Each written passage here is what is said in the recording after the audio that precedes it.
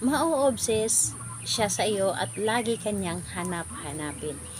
Hello mga guys, kumusta kayo? Panibagong araw, panibagong video na naman tayo, and sa araw na ito ay isa na namang video ang aking ituturo sa inyo na simpleng gabay o simpleng pamamaraan na makakatulong sa atin. At bago ang lahat, gusto ko lang mag-disclaimer sa mga taong hindi naniniwala at hindi gusto ang mga kagaya nitong video. Please skip this video and maghanap kayo ng videos na gustong gusto nyo, dahil ang video na ito ay para lamang ito sa mga taong naniniwala and gusto kong try.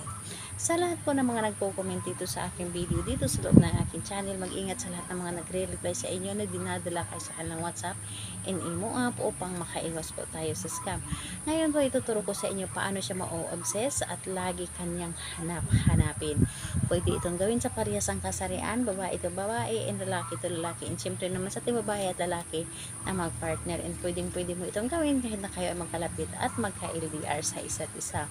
Ngayon po, ang dapat nating ihanda dito is kailangan mo lamang dito maghanda ng isang pabango.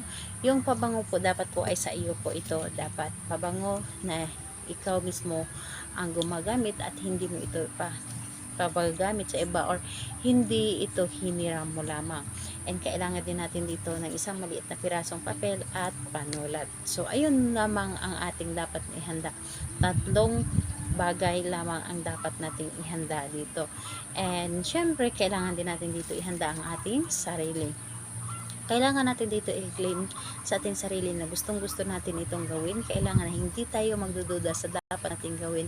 Dapat buo po ang ating tiwala, paniniwala sa paggawa nito. And kailangan din natin dito ng kailangan natin dito na wala tayong mga iniisip na mga problema para hindi po tayo madidistract sa ating paggawa. Yung nakafocus po tayo sa paggawa nito. And kapag ready ka na, ay pwede mo na itong simulan. So ang gagawin mo lamang dito sa isang maliit na papel, isusulat mo lamang dito ng 3 beses ang kanyang pangalan at apelyido, 3 po.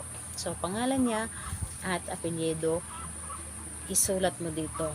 And ayun po, kapag naisulat mo na dito ang kanyang pangalan at apelyido, ang gagawin mo lamang dito is dito po sa iyong kamay or dito po sa ating pulso, sprayhan mo lamang ito ng pabango. So dito po, sprayhan mo lamang dito ng pabango.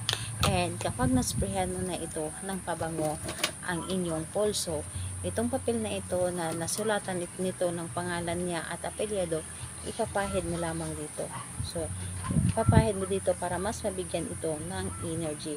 So, habang pinapahid mo dito, yung yung papel na nakalagay yung kanyang pangalan at apelyido, paulit-ulit mo sasambitin yung pangalan niya at apelyido at sabihin po ninyo na lagi kang ma-obsess at lagi mo akong hanap-hanapin. Pangalan, apelyido, lagi kang ma-obsess at lagi mo akong hanap-hanapin. So, 3 beses po, pangalan, apelyido, lagi kang ma-obsess at lagi mo akong hanap-hanapin.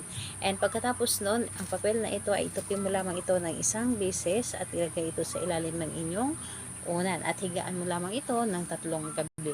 And asahan ninyo, ang taong ginawa ninyo nito ay lagi siyang obsessed sa inyo at hinahanap-hanap ka palagi na gusto niya lagi kanya makakasama at makakausap. So, napakadali lamang nitong gawin, ngunit napaka-epektibo. Kailan ito pwedeng gawin? Pwede mo itong gawin ng kahit anong araw at oras. So, wala po itong problema. Anytime, any day, gawin mo ito. And, ayun po, dapat think positive lang tayo palagi para mas mabilis natin mapapagana ang ating mga ginagawa. Salamat po sa inyo. Bye-bye everyone. God bless us all.